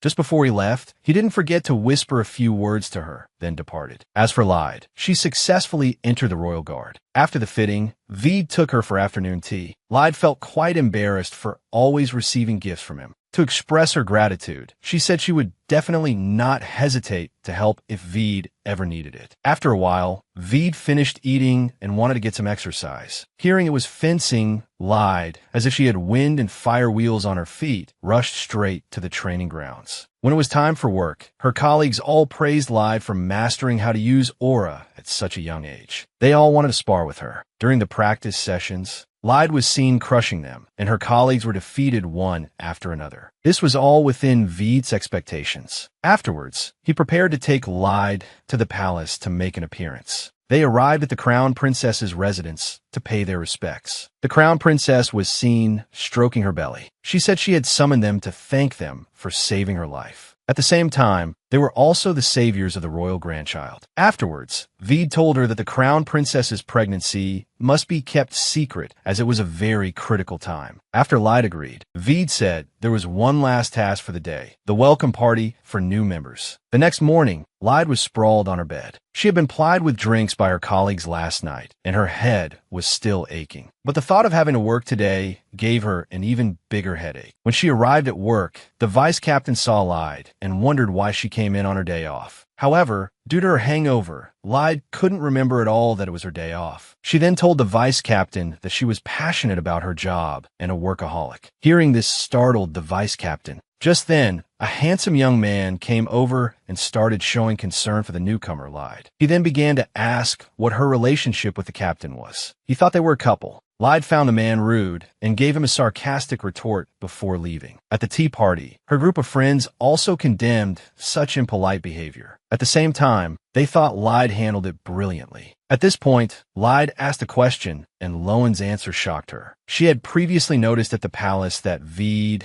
and the crown princess's relationship was unusual. Who would have thought they were actually cousins? Afterwards, Lowen also mentioned hearing that since Lyde joined the royal guard, the topic of a female or a user had been widely discussed in high society. Because of this, people were always trying to talk to Mary, as they all knew she was friends with Lyde. Lyde then asked them about Morris's recent situation. Upon learning he was busy taking care of his father, she became very worried. As a good friend, she decided she must go see him. After a moment, Mary cleared her throat and said she and Alcabar had completely reconciled. Lied, watching her good friends all doing better and better, felt very happy inside. Elsewhere, the terminally ill old master was persuading Morris to inherit the family title. But he didn't want any of it at all, just wanted to be a quiet, handsome man. He then turned and left. On his way, he ran into his brother, who made sarcastic remarks at him. Morris genuinely did not want the title from the bottom of his heart. However, his brother thought he was being hypocritical, which left Morris feeling helpless. He was ready to have a heart-to-heart with his brother, but his brother just wouldn't believe him. Helpless, he had no choice but to leave. It seemed like no one in this family cared about his feelings. Only his good friend, Lyde, would trust him completely. The next day, when Morris's brother saw Lyde visit, he started flattering her profusely because she was now the talk of the capital. But Lyde ignored him, only wanting to find Morris. This action was deeply remembered by his brother. After Morris met with her, he told Lyde about his recent troubles at home. Her mind quickly turned, and she thought Morris should join the First Night Order. He is loyal and capable. He would quickly be promoted to vice commander there. Then he would also have his own territory. That way, he wouldn't have to inherit the family title. Morris, beside her, thought it made a lot of sense. He then started asking about Lyde's parents. Lyde told him that she was abandoned at an orphanage as a child. Perhaps they couldn't afford to raise her. Later, when she grew up, she moved to a relief home. At 8, she was sold to a circus. That's where she learned her swordsmanship. At 13, she became a knight squire. Because of her environment, she used to be a very ruthless person. As she said this, Morris grabbed her hand, saying she was now the gentlest woman in the world, and his best friend. Lyde's heart warmed. After their heart-to-heart, his brother was seen making sarcastic remarks at Morris again. The family was about to hold a funeral, yet he had time for romance. I don't know what you two are plotting, but what can a woman with no title do? Hearing this, Morris spoke to his brother in a warning tone. You can be sarcastic with me, but I won't tolerate you insulting my friend. The brother had never been provoked like this. This brat is finally showing his true colors. I will definitely not let him off. Time quickly passed to winter. People from the Western Alliance pleaded with the Crown Prince for rescue. They had intended to ask the Emperor for help, but he used the excuse that the West's forces were strong and refused to send support. The demonic beast that appeared this time was a giant with regenerative abilities. Marquis Paisha also wanted to talk with the Crown Prince. After understanding the situation, he dismissed the man. Then, the Crown Prince and Vede discussed countermeasures. In this situation, their only chance of winning was to send the entire Royal Guard. But the fatal problem was that the Royal Guard was directly under the Emperor's command. If the Crown Prince gave the order on his own, he would surely be imprisoned by the Emperor on charges of treason. And the reason the Emperor refused to send support was to strengthen central authority. At this moment, Vede thought for a bit and believed it was a good opportunity to join forces with the West. And he had a plan. While the central government delayed its support, they would recruit volunteers. Of course, the moment they started recruiting, it would mean drawing a clear line against the Emperor. And Vede himself would personally lead people to the West. But this time, the only ones going were Lyde and Vede. Everyone else was willing to wait for the Emperor's order. When Western nobles saw that only 2 people had arrived, they were all stunned. Vede then explained that although it was just the 2 of them, their strength was equivalent to an entire division. Although Paisha was a bit helpless, he had no choice. So he arranged for them to settle in first. When he saw the 2 of them using one room, he thought they really weren't being treated like strangers. The next day, everyone went to the war room. Vede asked about the current situation in the West. As everyone knew, since the Emperor ascended the throne, the West had always been oppressed. In recent years, crop harvests have been poor, and supplies for the standing army were insufficient. But the Emperor chose to ignore it. As soon as Lyde entered the conference room, she saw a godlike man, Udaloo. His massive physique was several times Vede's size. The meeting then briefed the 2 of them on the demonic beasts. They usually have only one eye, but also possess regenerative abilities. However, the regeneration speed is not fast, taking about an hour. The Western Alliance tried a tactic of pouring oil and setting it on fire, but it ended in failure. Currently, they were using food to lure the demonic beasts outside the city walls. Paisha asked the 2 aura users what to do next. At this, Veed corrected him, saying there were 3 aura users. It was clear that Paisha did not think highly of women. Even Udaloo joined in with sarcastic remarks. However, Lyde planned to open their eyes and show them the power of a female aura user. Everyone then went to the training grounds. The Western nobles were murmuring among themselves. Udaloo felt this was a complete waste of time. If this woman could kill it in one blow, he'd eat shit. But Lyde infused her aura, which emitted a dazzling light. With just a whoosh, it seemed like nothing had happened. Udaloo watched and shook his head. But what he didn't know was, you have to let the aura fly for a bit. Suddenly, the scarecrow was cut in half. Although the move was powerful, Udaloo still didn't believe it. So he told her to try in a real battle. Everyone went up to the city wall and saw the demonic beast in the distance. Lyde figured it was too tall to get a good angle. So she asked another aura user to lend her a hand. She would use his aura to leap into the air and go straight for the beast's head. Meanwhile, Udaloo and Veed lured the beast into a suitable position. Lyde was seen soaring into the air, gathering her aura mid-flight and using all her strength. With a bang, it was like a nuclear explosion. Udaloo had never seen such power. As the demonic beast fell, Lyde also fell from the sky, but the cushion provided by her aura allowed Veed to catch her easily. After confirming the beast was completely dead, everyone prepared to hold a celebratory banquet, celebrating Lyde's victory. They had found a way to deal with the demonic beasts, and from then on, the Western Alliance looked at Lyde with new eyes. What was unexpected was that Udaloo wanted to have babies with Lyde. He claimed that only the strong were worthy of strong. Lyde, who only wanted to work, how could she be interested in having babies? She immediately rejected him. However, Veed, who was watching from the side, was burning with rage and jealousy. On the way back after the party, the chieftain expressed his deep apologies for not taking Lyde seriously at first. He then wanted to talk to Veed alone. On her way back, Lyde couldn't help but recall the past. The demonic beast had dealt a heavy blow to the West, and the Crown Prince didn't care about the West at all. But now, because of his support, the West problem was resolved smoothly. What she didn't understand was why the current Crown Prince would step up to support the West. It was actually because things around the Crown Prince had changed. The Crown Princess was still alive, and that's what changed the current situation. If the Crown Princess had died because of that attack, he definitely would not be supporting the West like he was now. And in the past, all of this became reality. In the end, the Western Alliance rebelled. Lyde didn't know if this would happen again, but in her heart, she was cheering herself on. To change her surroundings, she had to change herself first. Just then, Udaloo saw her and came over to greet her. And on such a cold day, being a considerate man, he brought a brazier for Lyde. Udaloo's previous view was that female knights were like hothouse flowers, loafers with no real combat experience. Until he met Lyde, a woman with such incredible power. He was just a Western country bumpkin. Just as he was lost in his self-reflection, Lyde suddenly called his name, pulling him back to reality. Lyde then asked Udaloo if all Western men proposed like that. Udaloo said with shame that he had been overcome by emotion at the time. He apologized to her and said that if she needed anything in the future, she should just ask him. At this, Lyde's eyes lit up and she stated her request. Meanwhile, the suspicion between the chieftain and the crown prince completely dissipated because of this aid. So the chieftain decided to meet with the crown prince. Over at the training grounds, Lyde and Udaloo were in the heat of battle. After a while, he really couldn't withstand Lyde's fierce attacks. Just then, Veed told her to stop, seeing her use her hand to block the sword. Veed came forward and showered her with concern. He then took her hand and led her towards the bedroom. There, Veed pinned her against the wall and asked her affectionately, "How do you really see me?" Lyde's heart was pounding like a deer in headlights. She then started to ramble nonsense. But Veed grabbed her hand and scolded her for her reckless behavior during the spar. Her nonchalant attitude. What did that make of the people who cared about her? After hearing this, Lyde belatedly realized her mistake and quickly apologized. Veed was seen suddenly giving her a loving bump, then swaggering away. Veed went to the fireplace. He was still worried. If Lyde had made a mistake during the spar, that great sword would have split her in two. As he was thinking this, Lyde came up and asked how his talk with the Marquis went. Veed nodded and said that if the Marquis was trustworthy, he would help them. Lyde thought to herself that it was about time to return to the capital. On the other side, Morris was in deep thought. Once his father passed away, he probably wouldn't be able to return to this home anymore. So he decided to settle this matter with his brother. The two of them went to see their father together, who knew that upon seeing them, their father told the brother to give up the title to Morris. But what he never expected was that Morris would say with his own mouth that he would not inherit the title. He said he would join the Night Order. Hearing this, his brother was stunned. His father called him a prodigal son and then threw Morris out of the room. Morris, who waited outside for a long time, felt uneasy. Just then, his brother came out and said to him, "If I were you, I'd run away right now." Hearing this, Morris was dumbfounded. He thought, could this mean his brother was going to kill him? Morris never imagined that things would always turn into the worst-case scenario. If he obtained a title in the Night Order, he would become a competitor threatening his own family's heir. And his father was not the type to let such an obstacle exist. Perhaps he was overthinking it, but it was best to slip away first. While being hunted by his own family soldiers, Morris saw through everything. At the same time, his heart grew completely cold. At this moment, someone was approaching him. Just as he was about to go on a killing spree, he discovered the person was his own brother. However, his brother was also protecting him. He told his men that he hadn't found anything. Before leaving, he left Morris some travel money. Meanwhile, the two of them were trapped by heavy snow. Their journey was severely delayed, but Veed felt that this world for two was exactly what he had hoped for. But Lyde beside him said, "Udaloo is clearly still ahead of us." "What world for two?" And Udaloo, walking in front, looked up at the sky and started humming hair like snow. Because the snow outside was too heavy, the group found a cave. They discovered bear tracks, and everyone became more alert. They took a closer look and saw a large bear in the distance. Lyde thought it would be enough to feed them for several days. After the group sat down, Veed felt that the West was too pitiful. Their food supply was terrible. Udaloo said with dissatisfaction, "The central government is always making the West reduce the size of its army. Without a standing army, we can't possibly fend off demonic beast invasions. Those knights in the capital spend all day chasing women. They can't understand that the West could become a battlefield at any moment." Veed was slightly displeased to hear this, but Udaloo explained, "Not all knights from the capital are like you two." Lyde, eating jerky on the side, watched the show. She thought their argument could be seen as an opportunity for them to understand each other. If all else failed, they could just have a fight. But Veed felt that wasn't necessary. Then, the two of them started to flirtatiously bicker. Udaloo, watching from the sidelines, thought their superior-subordinate relationship was a bit too casual. Veed immediately moved closer to Lyde, saying they were a screen couple, so of course their relationship was special. After they stared affectionately into each other's eyes for 3 seconds, Udaloo felt that the ground was exceptionally hot today. So he stood up and said they could go down the mountain and back to the city. Since they had caught a bear today, dinner was also exceptionally lavish. Veed patted Lyde's head and said kindly, "Eat more so you can grow up quickly." But Lyde thought to herself, "I treat him as a friend, but he treats me like a daughter. That's honestly a bit creepy." The next day, the two of them successfully completed their mission and prepared to return to the capital. Veed believed that the biggest contributor this time was none other than Lyde. He said she had to show him if she had any new moves next time. But Lyde said he could see them in their next sparring session. The news of the elimination of a high-level demonic beast in the West quickly spread to the capital. They praised the female knight, and the berserker from the West had proposed to her. This man must be very outstanding. The entire social circle of the imperial capital was abuzz with stories about her alone. However, when she returned to the capital, she received countless invitations from high society. Everyone was excited to see her again, and their attitude towards her was also gentler than before. But then came a piece of news that greatly shocked Lyde. Due to the death of Morris's father, Lyde suggested going to his hometown to see him. But Mary, considering Morris's current situation, persuaded Lyde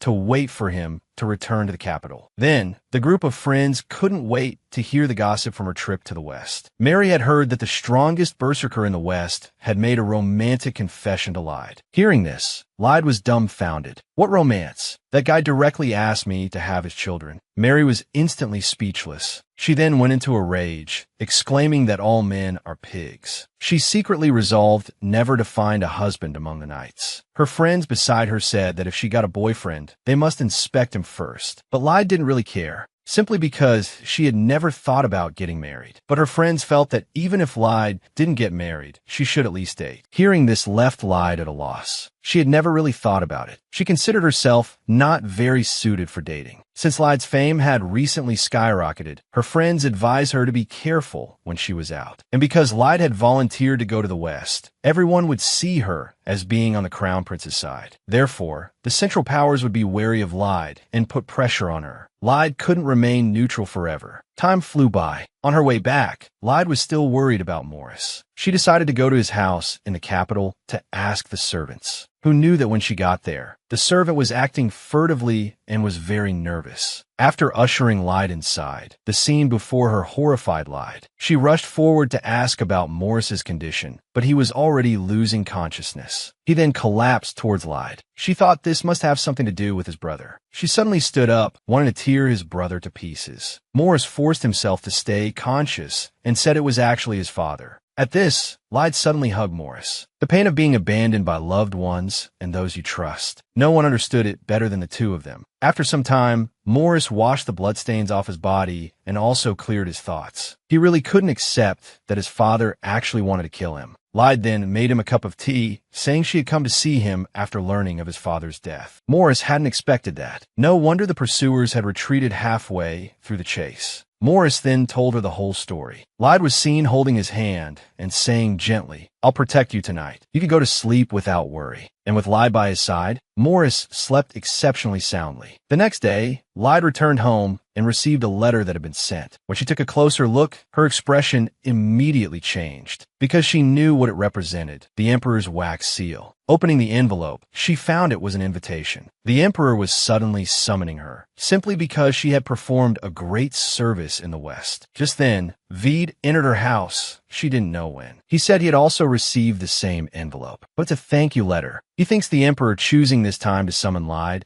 is probably the best excuse to lure her in. He then inadvertently noticed that Lyde didn't look well. Out of concern, Vede thought she must be afraid of the Emperor and then comforted her. But Lyde was certain that in this life, she would absolutely not be backstabbed by the Emperor again. Seeing her determined gaze, Vede felt it wasn't a big problem anymore. We'll talk about it on our next date. But on his way back, Vede was still very worried. He had actually long anticipated today's situation. The Emperor would use it as an excuse to approach Lyde. The various factions were observing each other, and the situation was gradually changing. And on the Emperor's side, his containment of the Crown Prince would become even stronger. The Emperor also married a girl of similar age to the Crown Prince as the new Empress. No one thought the Crown Prince could hold his position. But the Empress did nothing about the third prince's tyrannical behavior. Could it be that she wasn't interested in politics? But if Ariel gave birth to a boy, the entire atmosphere of the royal family might become different. On the appointed day, Lyde met the Emperor. The Emperor had her take a seat and then praised her achievements in various ways. He then stated that he had summoned her this time to ask a favor of her. Recently, a reactionary force disloyal to the royal family has emerged. I want to suppress this reactionary force and restore the authority of the royal family. So I plan to gather talented individuals, reorganize the Akschwerts, and have Lyde become the first member. These words frightened Lyde. She had never imagined things would develop this way. She immediately stood up and knelt before the Emperor, stating that she could not bear such a heavy responsibility. But the Emperor was not to be trifled with. Such matters could only be decided by him. However, in order not to repeat her past mistakes, Lyde still insisted on her position. Later, the Emperor assigned her another task, to serve as the third prince's guard. As it happened, she ran into Vede shortly after leaving. After learning what had happened, Vede felt the task was truly a waste of her talent. Vede was seen approaching her and saying, "You know I'm worried about you, right?" Lyde nodded. Vede said that in that case, she should listen to him normally. Someone like Lyde who risks her life for everything will get into trouble sooner or later. No matter what happens in the future, Vede will be her strong support. When she learned that she was irreplaceable to Vede, Lyde's face. She moved close to Vede and told him something in a low voice. As a result, after Vede went back, he was so angry he punched a hole in the wall. It turned out the matter of the reorganization was deeply troubling Vede. A man who wouldn't even spare his own wife and child. How could he possibly spare another son? Vede then hurried to find the Crown Prince, who knew that as soon as he entered, he saw a familiar face. It was Veid's older brother, Ravis. He could see that his younger brother had important business with the crown prince, so he excused himself first, telling him to come visit his home when he had time. After he left, Veid told the crown prince what had happened. The prince was surprised to hear the news, and that Lyde had been assigned to protect the third prince for refusing to join the personal guard. Hearing this, the crown prince greatly admired Lyde and said he would take her under his protection. The crown prince then asked Veid who might join the personal guard this time. But based on Veid's analysis, he believed those who received invitations would likely not refuse. Once the personal guard was established, the emperor would become even more unrestrained. At this moment, Veid saw a letter on the table. The crown prince said it was from the second prince. Rudinal had already left the east and was heading north. What the crown prince couldn't understand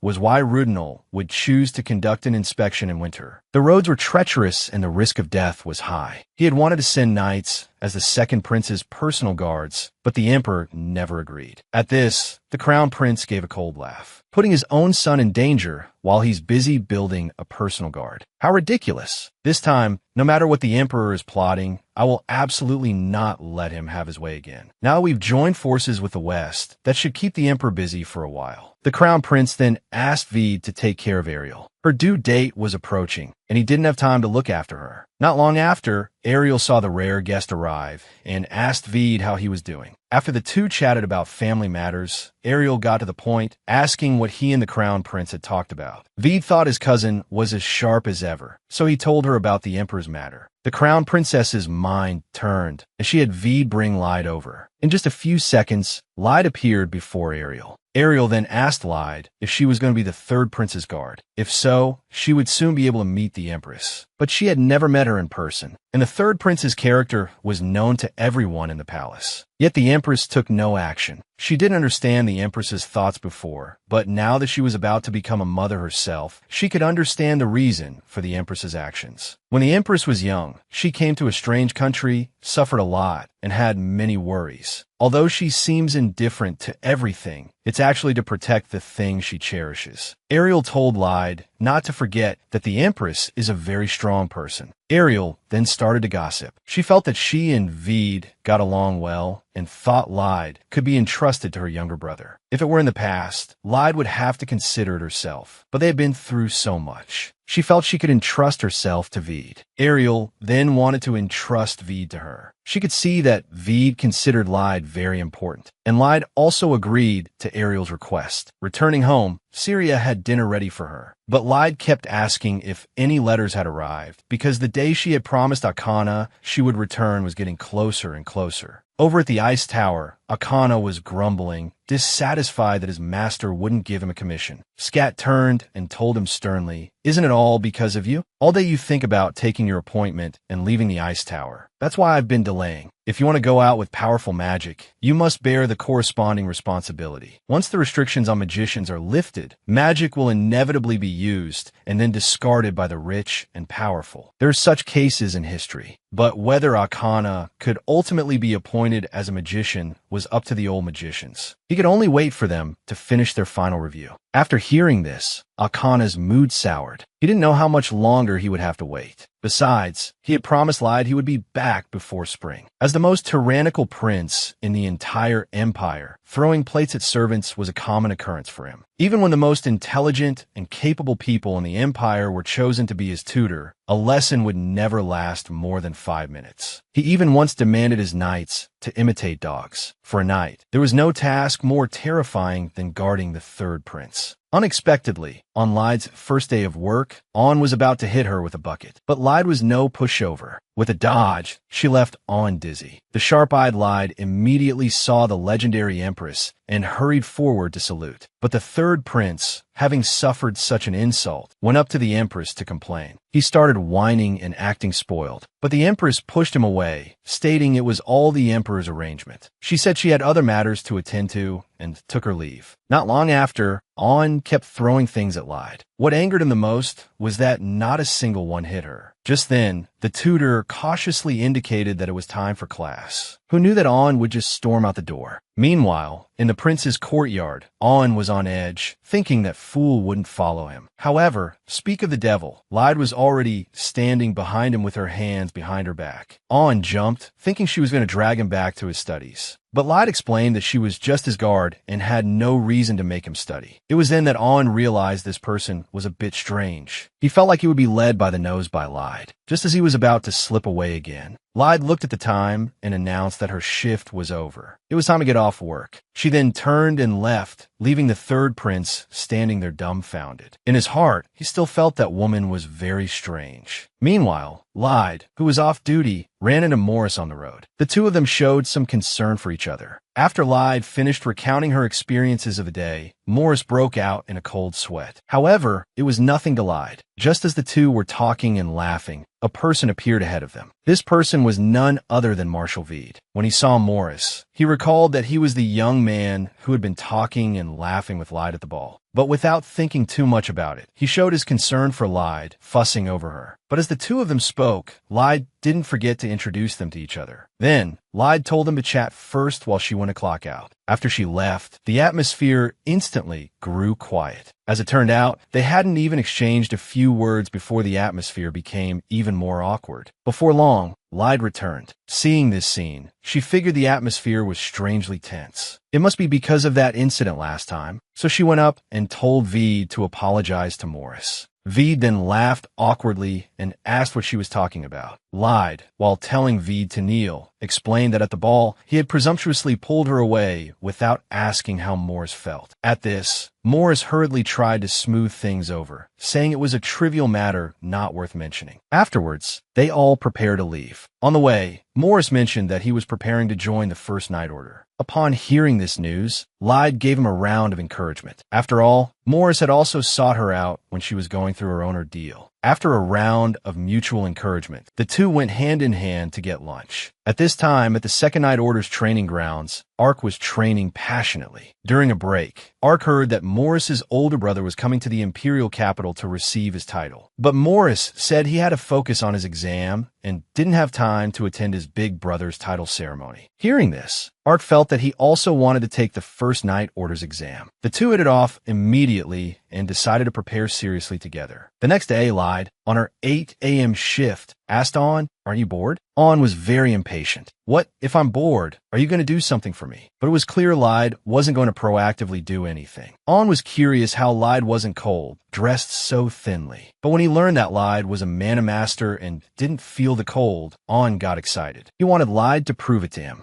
Lyde then held out her hand, and a ball of mana condensed in her palm. A radiant light illuminated the room, dispelling the cold. This quickly captivated On. He wanted to have mana too. Lyde told him that as long as he worked hard, he could also have a mana core. But it was obvious On didn't want to work hard. He wanted Lyde's mana core directly. He then reached his hand toward Lyde. Suddenly, a memory from her past life surfaced in Lyde's mind. She subconsciously grabbed On's hand. Coming to her senses, Lyde immediately apologized. On was also startled. A little shaken, he didn't dare pursue the matter. Lyde then explained that her mana core was obtained through her hard work. If On wanted one too, he just had to work hard himself. Hearing this, On thought, "Then you can teach me." Lyde stated that she was not responsible for teaching On swordsmanship. So On went to the Empress's palace, wanting to ask his mother to have Lyde teach him. But he was turned away at the door by his mother. As slow as On was, he could see that his mother was avoiding him. He pushed aside a lady-in-waiting and ran out alone. Lyde later found On crying alone in a corner. On asked Lyde if his mother hated him. Lyde said she wasn't sure either. On began to appreciate Lyde's honesty. At least she wouldn't deceive him. After that day, On gradually began to ask Lyde for her opinion on things, such as whether he should study. Lyde frankly stated that if On studied, he would have more things he could do in the future. On took her advice. It seemed that just because the prince stopped skipping his lessons, this one change led to some positive rumors. Lyde would occasionally hear them. Some people came to ask her how she tamed the prince, but Lyde said she hadn't done anything. 2 weeks later, the Empress found Lyde, thanking her for the prince's change under her influence. But she felt that having a master like her serve as the prince's personal guard was a bit of a waste and wanted to help Lyde get a transfer. At this, On stopped his mother. He said he liked Lyde very much and begged his mother not to replace her. But his mother thought On was past the age for acting cute. She pulled her hand away and left. After the Empress left, Lyde saw that On was a little sad, so she offered to teach On how to ride a horse. On immediately perked up and agreed right away. At this time, at the Lunatil ducal estate, Vede was reporting to his older brother. The conflict between the emperor and the crown prince has deepened. The emperor is establishing an imperial guard and has poached many members from the royal guard, leaving just enough for the royal guard's basic configuration. The people still remaining in the royal guard are likely from Sirius's faction or are people caught in the middle, waiting to see how things play out, who will eventually be eliminated. At this, his brother advised Vede to stay away from royal guard work for a while. He was concerned for Vede as his older brother, because His Highness said he recently lost contact with His Highness Prince Rudnell, who is out on an inspection tour. Although it's common to lose contact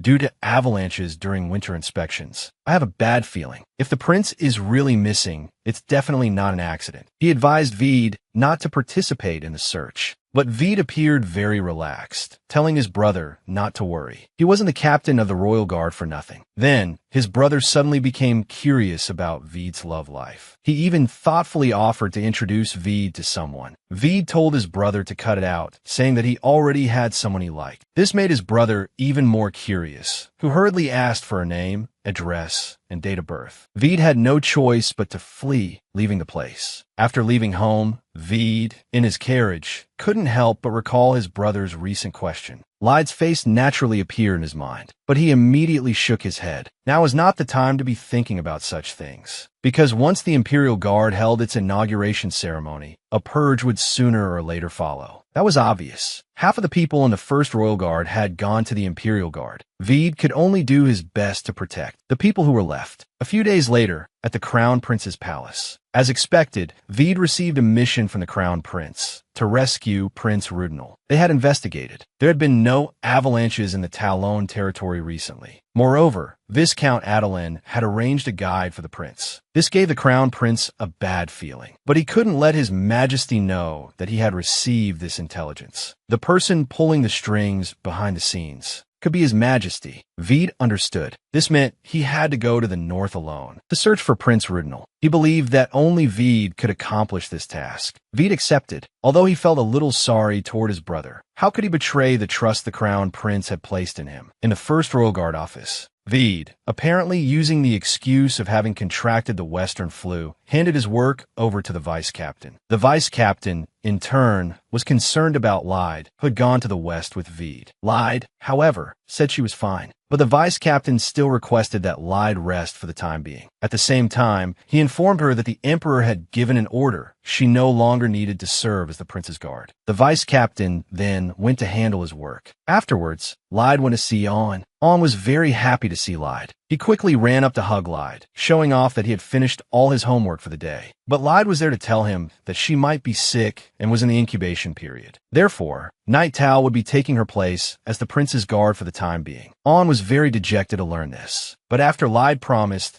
that she would come visit On again when she wasn't busy with work, On happily made a pinky promise with Lyde. Afterwards, Lyde, who was preparing to return her name tag, suddenly remembered that whenever Vede was worried about her, he would always come to visit her. So she went to Vede's private residence, planning to check on him. Arriving at the residence, she discovered that Vede didn't seem to be sick at all. On the contrary, he looked full of energy and was fully armed. Only then did she realize the sickness was just an excuse. Vede was going on a secret mission. He also told Lyde that he was going alone to rescue the second prince. Lyde immediately said she wanted to go with him, but Vede politely refused, saying he wasn't going in his capacity as captain of the Royal Guard. Just like last time in the West, there would be no reward for eliminating monsters, and it would create animosity with His Majesty. He didn't want to take Lyde into danger with him, but what Vede didn't expect was for Lyde to suddenly confess to him. Vede, I like you. Just as you don't want me to face danger, I feel the same. If you're going to a dangerous place, then at the very least, I can't let you go alone. Veed was curious as to how Lyde had come to like him. In truth, Lyde had never thought she would come to like Veed. Their first meeting was not pleasant, so Lyde only felt very uncomfortable around Veed. But after that, Lyde began to have expectations for Veed as a friend, trust as a colleague, guilt, gratitude, and even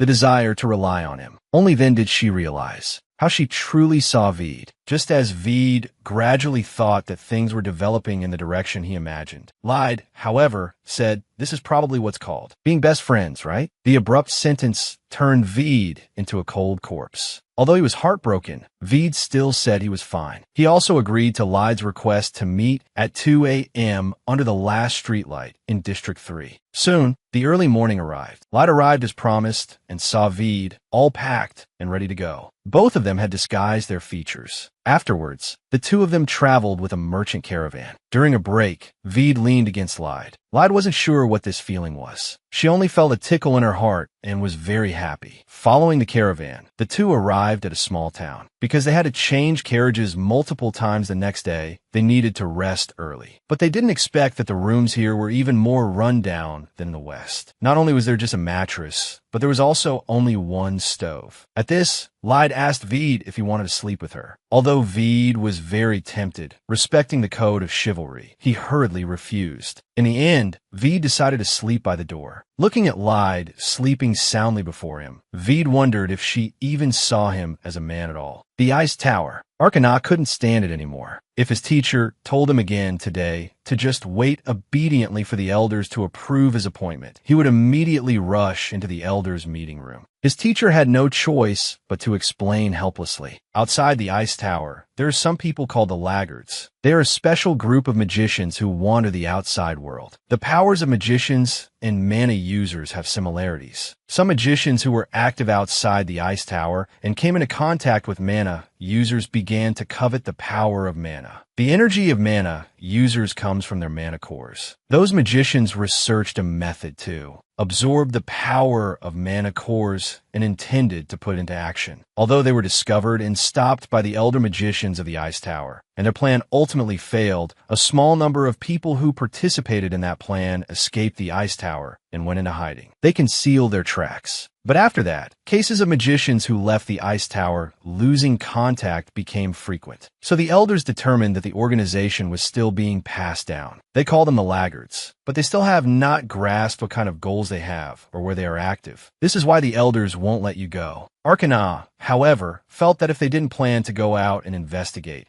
how could they ever know their whereabouts and intentions? He also believed the elders were shirking their responsibility. If they really wanted to protect the magicians, they should step up and do something. His teacher did not answer his question, but instead was drawing on a letter. The next second, a magic circle lit up and magic burst forth. Facing the light, he opened his eyes and discovered that it was a letter of commitment. It turned out his teacher had persuaded the elders. As long as he was willing to sign this letter of commitment and strictly abide by it, the elders would temporarily lift the seal and approve his departure from the ice tower. Arcana did not hesitate and immediately signed the letter of commitment, because outside the ice tower, there was someone he wanted to protect. The capital, the Second Night Order. Everyone couldn't believe it. Lyde had actually caught the Western flu, and she hadn't told any of them. Lohengrin, however, reminded them that they should be worrying about tomorrow's exam first. Just then, Marius's gave him a handkerchief as a gift to cheer him on. He was very moved. Then he was pushed to go train properly. Afterwards, Morris found Grin and asked her if she knew something. Actually, Grin wasn't sure either. She just felt that for two mana users to be sick and unreachable at the same time, one could probably guess what was going on. Although she wasn't certain, it was very likely. Plus, the two of them had worked together before, and she had also heard some rumors that Prince Rudinal was missing. After connecting all the dots, Morris started to get the picture. Grin could see that Morris was a bit unhappy, but she still advised him to prioritize the exam. Lyde must have left because she believed Morris would pass without a problem. Grin also hoped they would have a good outcome. Over on Veed's side, they had already reached the last village. Now, they had to go into the wilderness to search for traces of the prince. Afterwards, they headed up the mountain against the wind and snow. Veed couldn't help but sigh that if they weren't here to search, It would be nice if they were here to travel. Veed asked Lyde if she had ever traveled. Lyde, however, said she had only ever migrated. After leaving the relief shelter, Lyde grew up in a circus. Thus, she went to many places with the circus. It was also there that she learned to use a sword. Veed couldn't help but sigh at the hardships of Lyde's past. Veed decided that after the mission was over, they would not only go on a date, but also travel together. He also wanted to hear Lyde talk more about the things he didn't know. Before they knew it, they had arrived at the place where the second prince had lost contact. They also discovered that no avalanche had occurred here at all. But not far away, they found the prince's carriage. After going up to check,